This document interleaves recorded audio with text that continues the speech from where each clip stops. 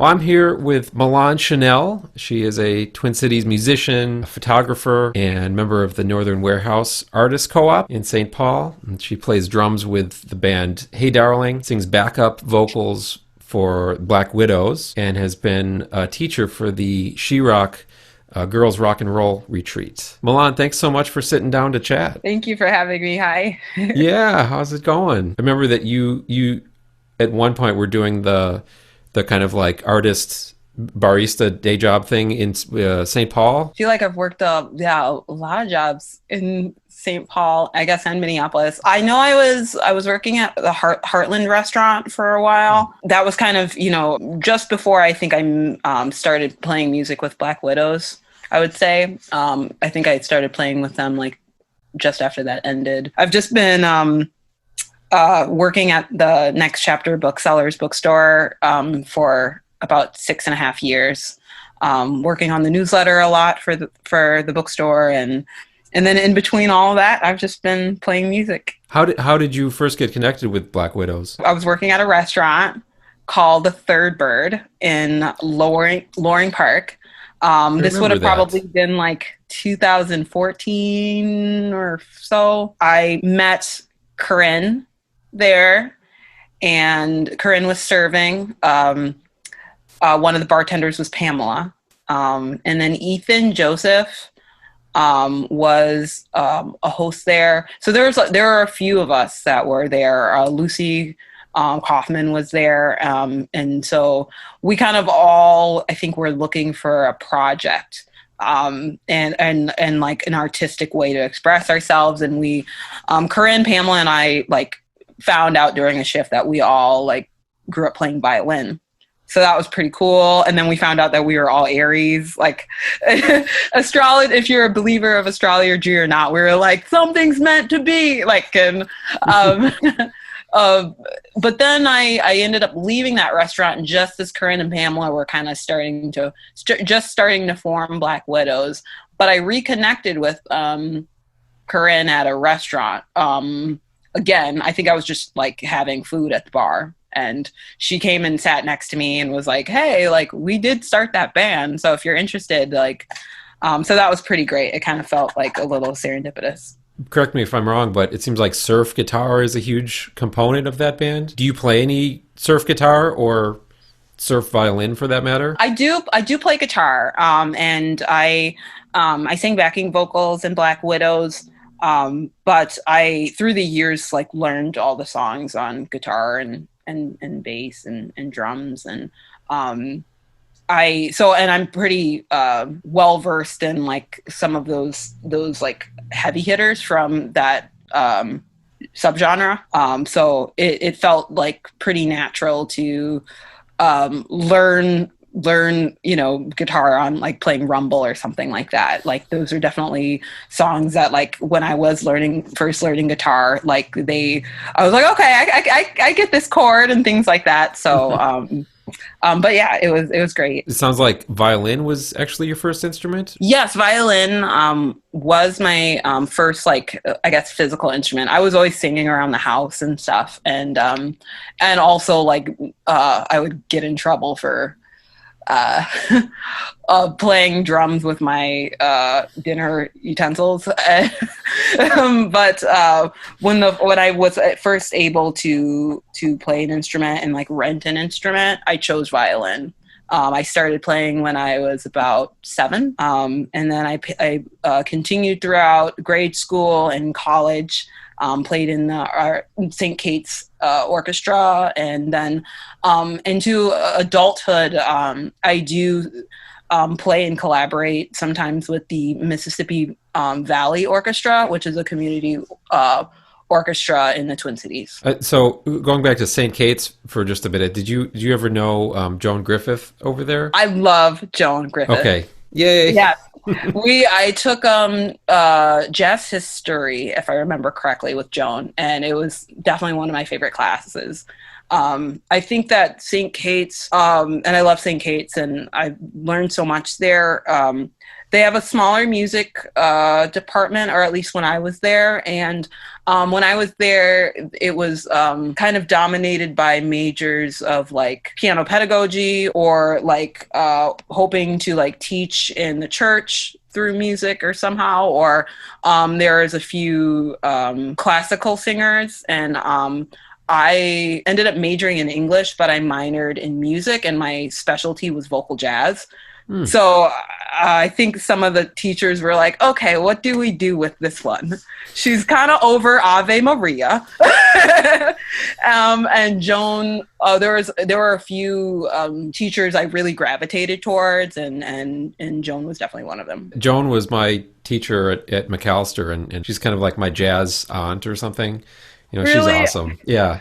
Yeah, she's super cool. And yeah, it's funny because I remember her saying, because I was like, where else do you teach? Can I just like follow you everywhere? And she was like, oh, I remember her saying, this is like 10 years ago. She was like, oh, I also teach at Mac. I was like, okay. Yeah, she was always kind of like simultaneously super encouraging, but also if you were playing something stupid or not in the groove or in the pocket, she would let you know, which was great, especially at that age. You know, it was like, nope, that didn't fly. Let's do it again. I really like that. And I think that sometimes, I mean, I've had different conductors and things over the years, and like jammed with different bands. And it's nice to like have someone that like is respectfully like, it's not, I'm not feeling it. So how did you get started with the Mississippi Valley Orchestra? I was working at the bookstore at Next Chapter Booksellers 4 or 5 years ago. I think I remember someone coming in and saying, like, is it okay if I hang up this flyer in the vestibule? And I was like, sure.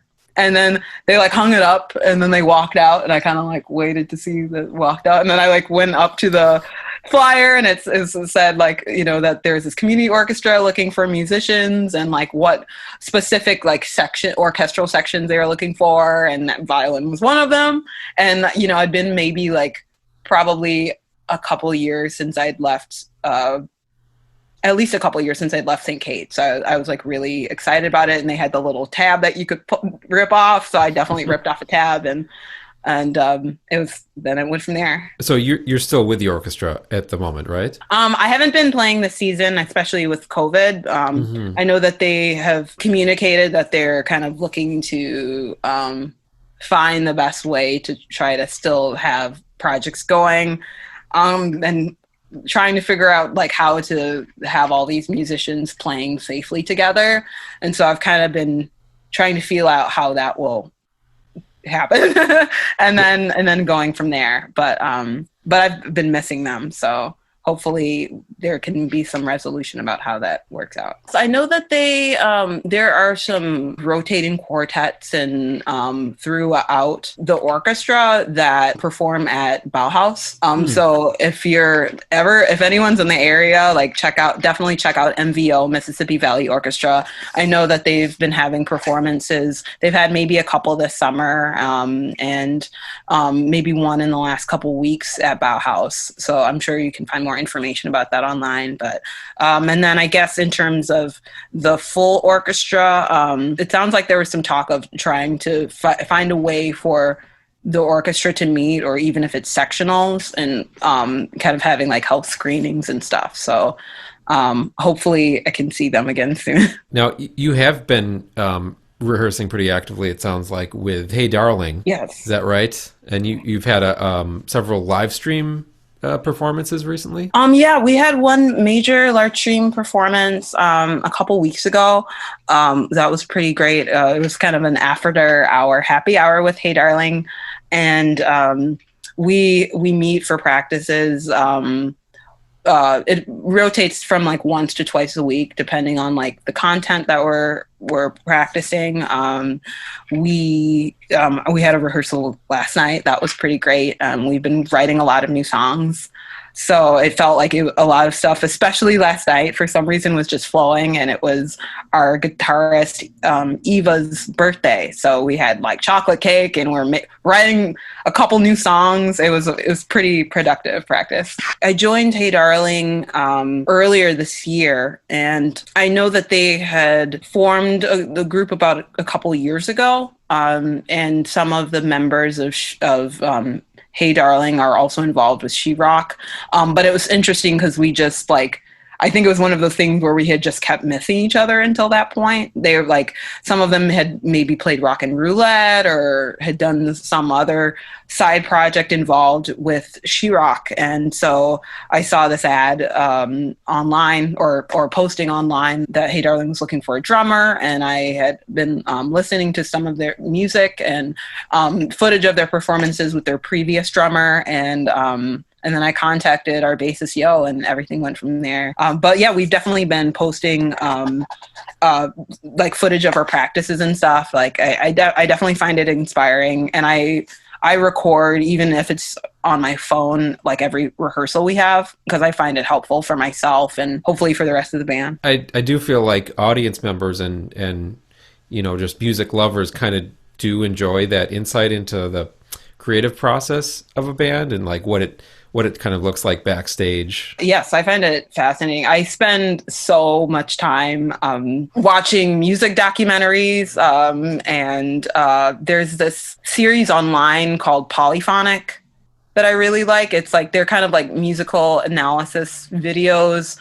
So they had an interesting one about Meg White, and like a lot of her inspiration and like her contribution to like Jack White's music, and they've had ones about like Robert Johnson and all sorts of stuff. So yeah, I just get like sucked into those, and I'm not careful, I'll like be up all night just like clicking links. That's such a healthier media diet, let's say, than like binging on the New York Times or doom scrolling. It's true. I mean, I definitely have my moments where I'm like just reading like New York Times or like essays in the Atlantic and being like, this is so depressing. But I think if I don't have these loves in my life, music being the primary one, I like to watch like old classic movies and stuff and just things like that. Like they really help me not only release from that, but also when like I want to incorporate it into music, it feels just right. And what was the name of the YouTube series again? Polyphonic. I watched them through YouTube. It's a very interesting narrator, and like one of my favorites recently was about Freddie Mercury's voice and vocal register and like his inspirations. I know he was a big opera fan. So just like those little things, I love like reading about where people's inspiration comes from and how they work as musicians, especially like in groups. Like Black Widows like has like the way that they work, and like in some ways it's very different from the way that Hey Darling works, but like both bands are able to make such beautiful music. Do you have any feelings on the idea that democracy is a great ideal to have, but maybe doesn't work so well, at least in creative projects? Let's not even talk about the state of the world. Right.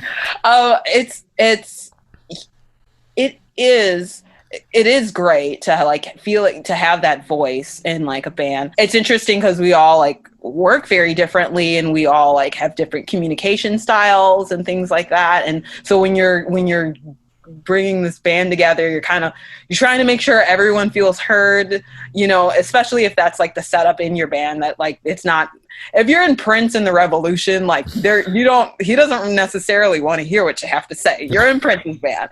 But it can be sometimes when you're trying to feel out at how everyone's feeling, but you're also trying to stay productive, manage time, and like make progress in like your project or like, like for example, Yo's really great. Yonara, our bassist and Hey Darling's really great, and also like is involved with project management. She's like, okay, we need to make a decision, everybody, and like it's good to have that like driving force. That's still being respectful to everyone's viewpoints, but is making sure that we're being as productive as we can as a band. I do find that refreshing. It seems like sometimes it's for groups it's very easy to lapse into this idea of like, hey, we're just here to hang for an indefinite amount of time and jam and whatever comes of it. And it's like, it's nice to have that perspective that everybody's time is limited, and you know, having some kind of structure is is helpful. Right. And if you do just want to like jam and hang out and stuff like that, that's cool. But like people have to like know before they get into it. Like otherwise it's like, yeah, it's kind of misleading when you're like, okay, so yeah. We've all shown up to that, whatever, that Craigslist posting or something, or the band practice, and be like, okay, so we're like 3 hours into this. We haven't really played, more than one song.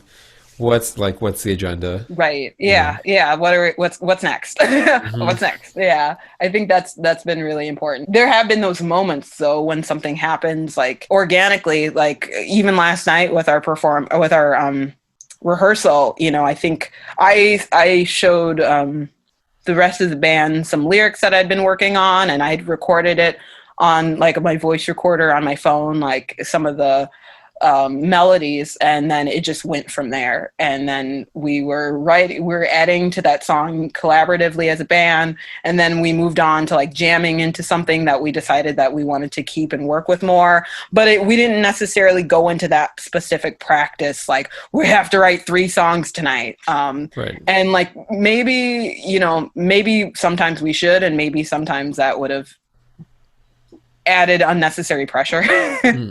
But it's definitely nice to have a plan, but it's nice when things just flow. Have you ever done that for your personal songwriting? Like every so often there seems to be some kind of songwriting challenge, or like write a song every week, that kind of thing. I was always writing as a child, and like into creating my own stories and writing poetry and things like that. So I think a lot of my song basis often starts with pen and paper and writing lyrics. Sometimes there's melodies and things with guitar when I'm just kind of playing around at home that'll pick up. But I think, and I've done like the artist's way and did the morning pages for a while and stuff. And I did find that really helpful just in a sense. But I think, again, sometimes the like pressure of that challenge, sometimes kind of I'm like, okay, I got 3 days to, or whatever. But it's something that I am kind of curious about, is like, it'd be, nice to have that push to sometimes to see what comes of something, and you can always change it later or rework a song. Who are some of your, let's say, favorite or most influential songwriters that you've listened to and been like, okay, I have to like sit down and analyze, how they constructed this? Or yes, I'd say, Nina Simone is like, she's meant so much to me. As a musician, as a Black woman who wasn't able to go to the conservatory that she should have went to, and how it kind of always like frustrated and haunted her. She was a stellar like songwriter and pianist and like showwoman. Like she had like brilliant shows. I'm a big fan of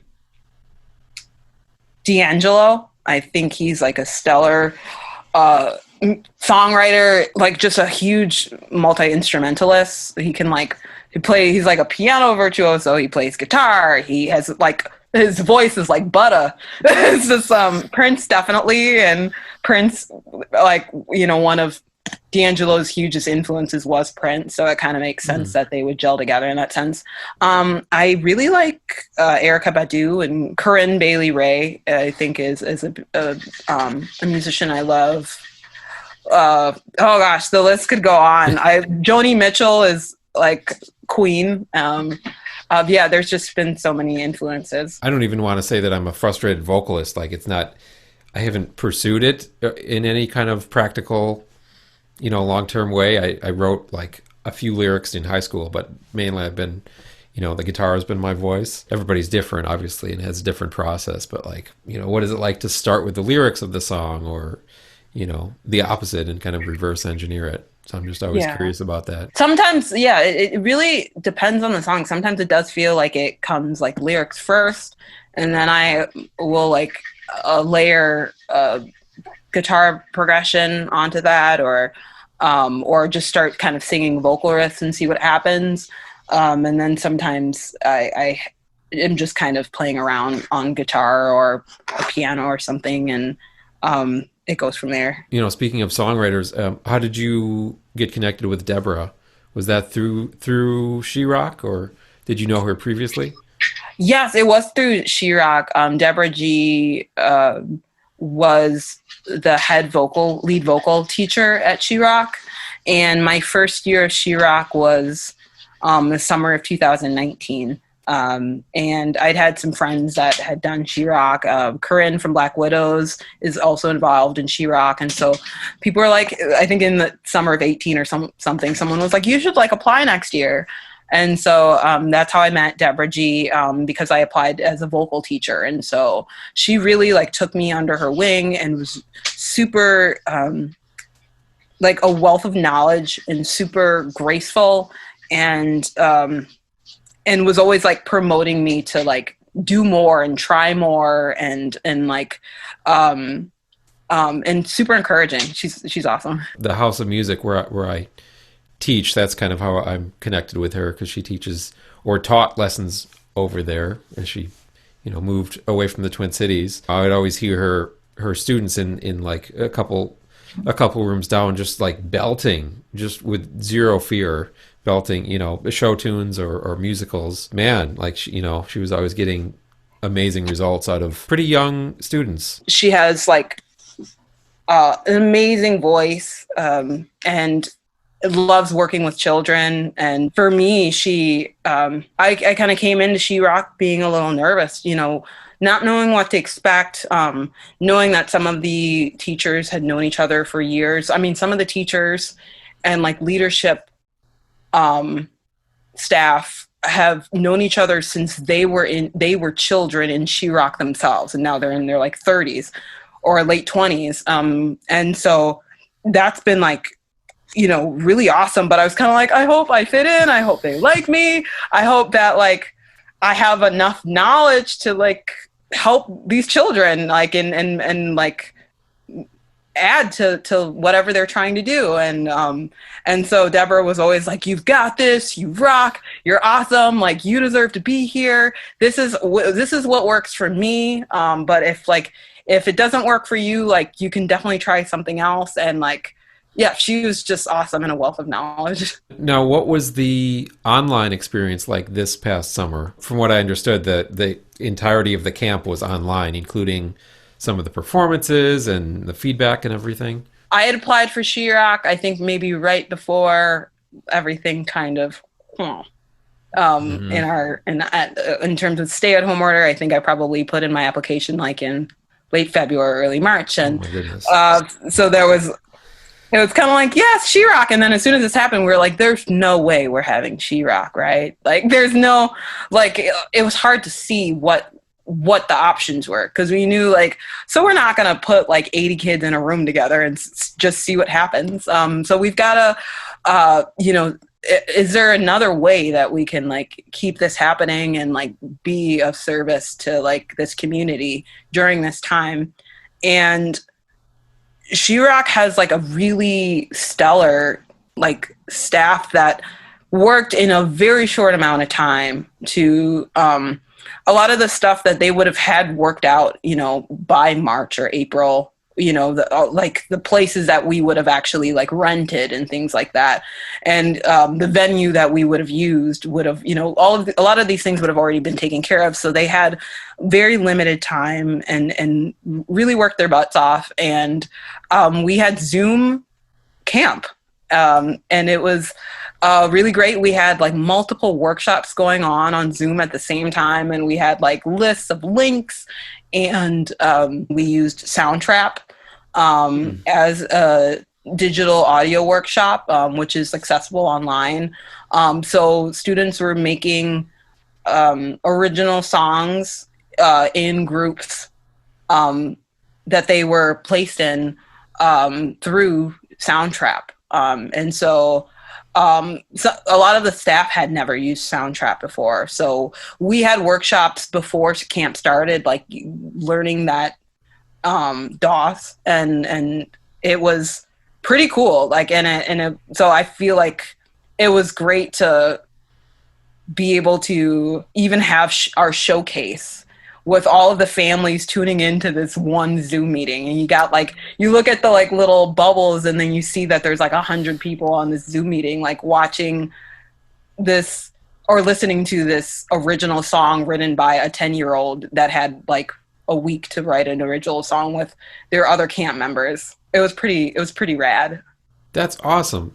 So, and it sounds like a lot of these songs weren't just solo performances, but they were like, multi-track recordings with all the campers. Yeah. So at the beginning of camp, there's kind of different groups that the students are put into. Not just the musical group that they'll play, that they'll make original songs with, but also like we would have like the Lizzo group has protest music workshop today. And so depending on which day you were or which group you're listed in, if you're in the Lizzo group that week, you always know what workshop you need to be in by like 1:30 or something like that. And then they just rotate throughout the week. So when it's not Lizzo that's in the group, it's like Sheila E. is now taking that workshop. So there was all of that kind of rotating and going on. And then there is the musical group that the students are placed in, and they're usually placed in groups for the most part, like within their age group. That's a component, and like wanting to make sure that like they're going to all communicate together, work together pretty well, that there's like diversity within these groups. So that was pretty great. And then I think they kind of get together in their group Monday afternoon, this time on Zoom. And then they have at least one, if not two rehearsals every day. And then from there, they're just kind of working at it. And also these younger generations, I was saying they're so quick with all of the like technology. So I came into like my Monday rehearsal with my students, and I'm like, okay, so I mean, well, welcome. My name's Milan. Like, I'll just give you like a little breakdown, like some 101 on Soundtrap. And these like 15 and 16-year-old kids are like, we just wrote a song already. And I was like, oh. They're like, yeah, we took care of it at lunch. We'll send you the link. And I'm like, all right, well, cool. Well, I'll be eating my turkey sandwich if you need anything. But it was awesome. Dang. When you say rehearsal, what does that mean digitally? Yes. So in any other year, it would be, different. Every band would have their own room, like in whatever area we were renting. In previous years, we've been involved with like Laura Jeffrey, and also with that school and using that space, and other areas in the Twin Cities. But digitally, we go into like breakout rooms within a Zoom group, and with it was mostly kind of songwriting, I would say, with Soundtrap. So the students talk about what type of songs that they'd like to write, or what their inspirations are, or what they feel comfortable with in terms of Soundtrap, and so it's really cool to see these band conversations that can stump a 30-year-old, and that these children that just met, some of them, like they might have known each other from a previous year, but often have just met, that are like negotiating between each other, like who's going to write verse 1, and like what they want it to sound like, and sharing together. It's pretty cool. That's awesome. I mean, it's kind of like all the skills that, all the extra musical skills that everybody touts as being like really important to the study of music, and why we should have music, and funding for music programs in the schools, and like they're doing it. Like, it's not a big deal. It's been really great. I love that She-Rock has this social justice component, and it was great to see all of these children like learning a lot about themselves musically, but also feeling empowered and asking each other for their pronouns and respecting each other's pronouns and bodies, and having workshops that incorporate music and also the social justice and activism component, and just kind of like the idea of wanting to leave a place better than you found it. So that's been pretty rad. I've been really curious about that recently. It's kind of the reason I was interested in starting this series of videos, just Because, at a certain point I was thinking like, oh, there's just so much, there's so many fractures in our society right now, and we're just kind of having that window into like the dysfunction of it, and just how rampant the injustice is. And I was like, how do I connect, me practicing my guitar for hours a day, like how do I connect that with the larger community, and like you said, leaving the community better than you found it. I feel like in some sense, like you don't have to connect those things directly, but in another sense there are already programs like like She-Rock, kind of embodying that and then expressing it in terms of how the students collaborate and the ideas that they take home with them. Whether it's contributing your art to like a fundraiser, especially just because there's been like not that a lot of these issues didn't already exist and have existed for decades, but there's a lot of people that have been so displaced by COVID-19 and politics in terms of like police reform and a lot of people that are grieving, and yep. So every time I look on social media, there's a need, and sometimes it can be overwhelming to try to find where you can be of help to someone. But it's been really great to see, especially being more virtual now in these days, and to see how people are connecting and like helping people, and whether it's like a GoFundMe or like a local DJ spinning records, like, and adding a little sunshine to people's day and playing some Bill Withers, and even adding their like Cash App handle at the end or their Venmo, just and people sending money and saying, hey, like, here's $10, like I missed your dance nights, and thank you for just trying to add some positivity to somebody's day. I've seen a lot of that, especially Cash App handles. People saying like, send our group your Cash App handles if you're in need.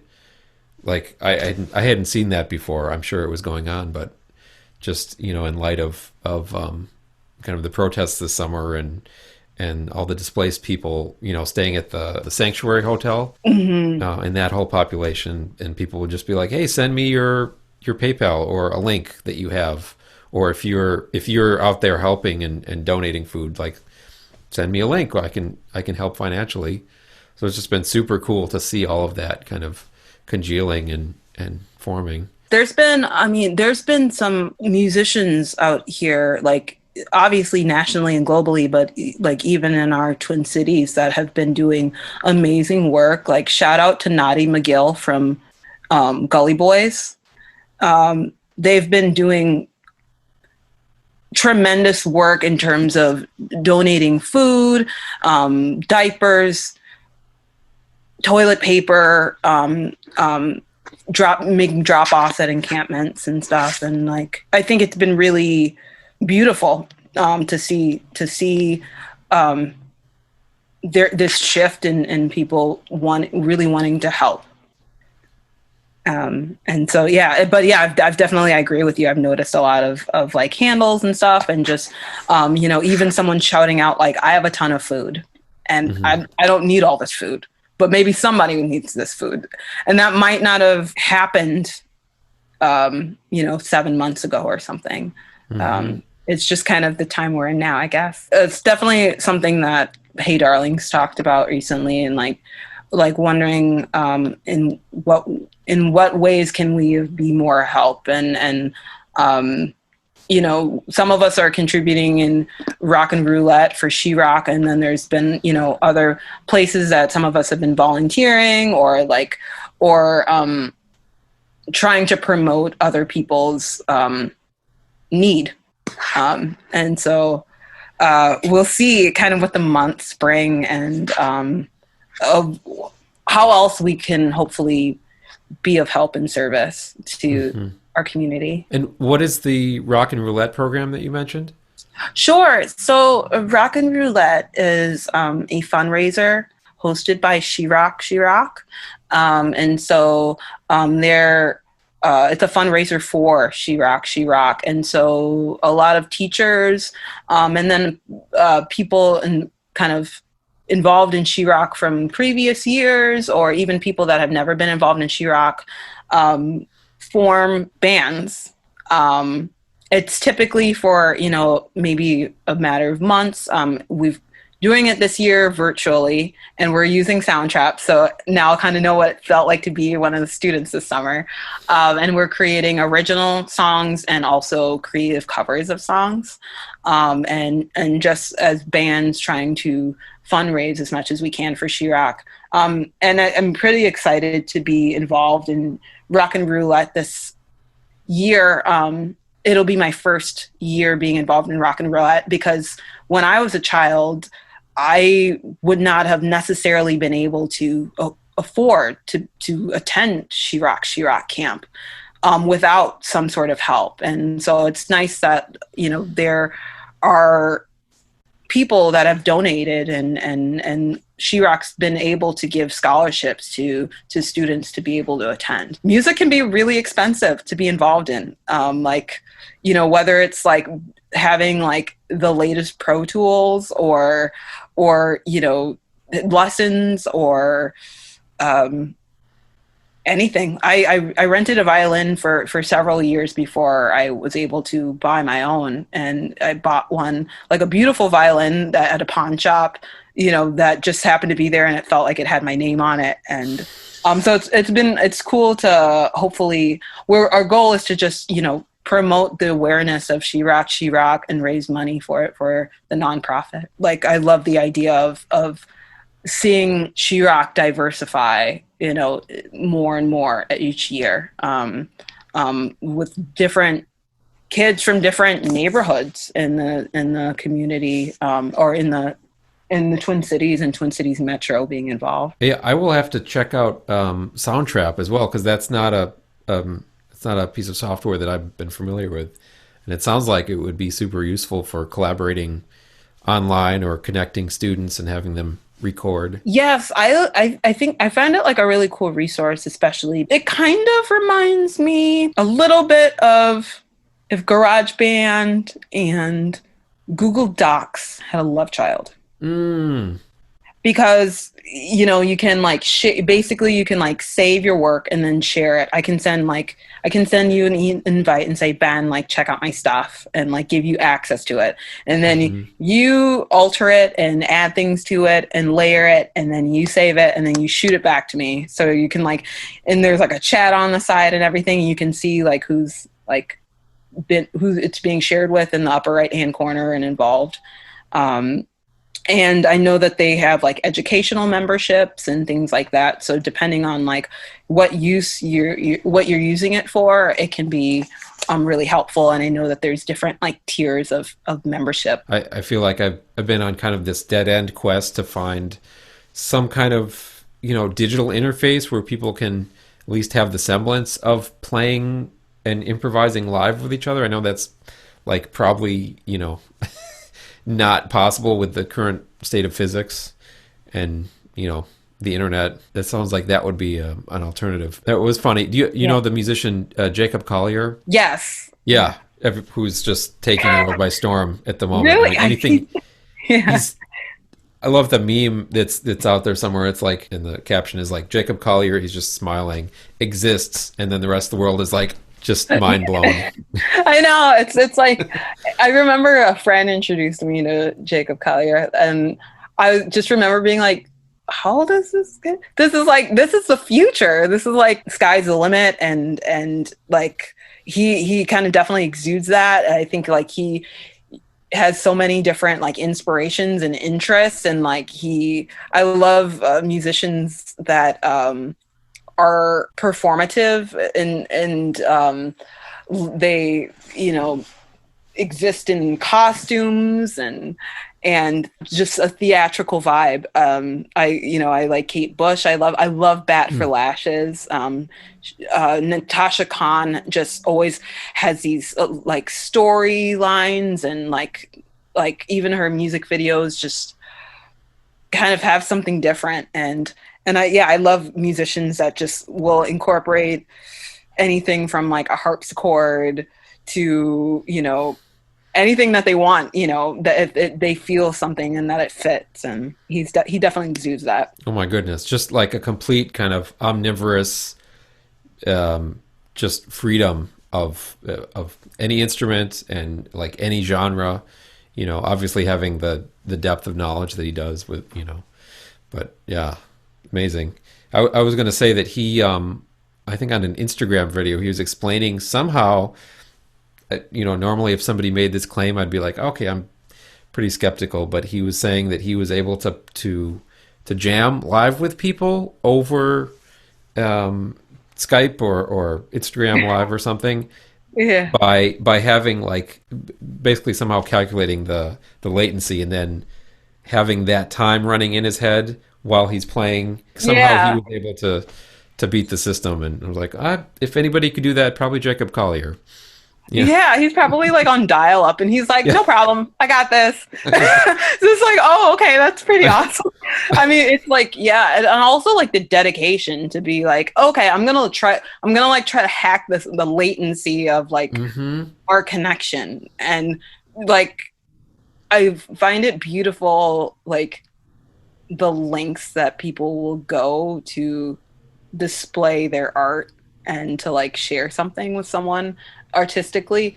And I think, you know, despite a lot of the really unfortunate events in the last half of the year, it's beautiful to see kind of how creative people have been getting to like not only be of service to the community, but also to like spread music, like whether it's like all of these streams that like a lot of like my musicians, like my favorite musicians growing up are going through. And like, especially because I think a lot of people don't talk about that, you know, a lot of musicians like rely on being able to tour. And so when they're not touring, they're kind of just like, what's up? You know, like, and no one's touring. It's like, no matter how big you are, like, it's not happening right now. Like, you know, it really kind of, you kind of remember that despite like the money and like the access in a sense that some of these like professional musicians has, like when Erykah Badu just gets on camera and says, yeah, I've just been hanging out at home too. Like there's nothing else to do. Like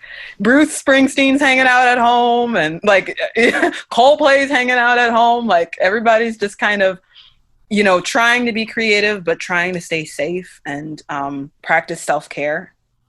So it's been beautiful to kind of see how creative people are getting with making art. There was like a Porch Fest thing, I think recently that was being streamed online, and a good friend of mine, she is a professional photographer. She has been taking portraits of people in their window of their house. So it's been, or, you know, I have a cousin who's done like some porch photography of people too. So it's been interesting to kind of see people, you know, in that lens and like in that light and still kind of in a way getting a window into like how communities are like surviving and or maybe thriving in this time. Is there a website or a place online where people can go to find out more about Hey Darling and also Black Widows? For Hey Darling, our website is heydarlingband.com. And then there is blackwidows.com as well, where both bands are have Facebook musical pages and also Instagrams that you can also find our music on. I believe we have a SoundCloud for Hey Darling, so you can check out some of our information. For Hey Darling, our after hour happy hour that we hosted, that streamed concert is still available on YouTube. So feel free to look out for that. And we have like previous performances on YouTube as well. So feel free to check us out. Also, heydband@gmail.com if you ever have any questions or interest with working with us. Does Hey Darling have any upcoming live streams or other events that are out there in the internet realm? I know that we are hoping to have another live stream in the next like couple months, hopefully. Definitely stay tuned for more information about that. I know that we've kind of been, there's definitely, and I think it's just the time, the time we're in, there's been music festivals and things like that we kind of had our eye on being interested in. And so I think some of it is kind of trying to wait for more information and to see like if it's completely canceled or if they're going to do like some sort of stream festival, like are they even kind of taking inquiries? So I know right now we've been working on, material for like new material, originals, and as well as hopefully preparing for another streamed show. And I know that we've been kind of also experimenting with recording and what tools that we need for the sound that we want. But I would definitely stay tuned. So that's been really exciting to discover together as a band.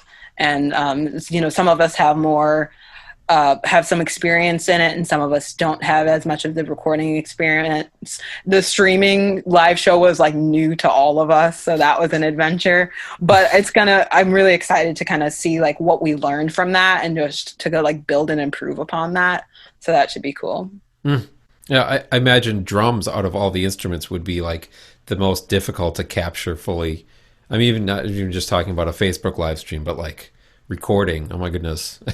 It seems like a weird, medieval alchemy process to mic up all the drums and everything. It's been interesting because I know that there was like one moment where we were like, depending on the mic and its placement, we were getting like feedback from each other or echoes, and you've got your bass amp and your guitar amp, and like, you're trying to like see how the effects will come across like on like Eva's like pedal board and stuff. And yeah, testing vocals and definitely I think that's one thing that I'm curious to like learn more about and to like grow upon is like the miking of like drums and also like here, like I've watched our streams like just to kind of see and like remember things in terms of like the timbre of my cymbals and like just little things like that, and playing with a mask and like trying to stay hydrated and just all of the things that you're trying to kind of remember.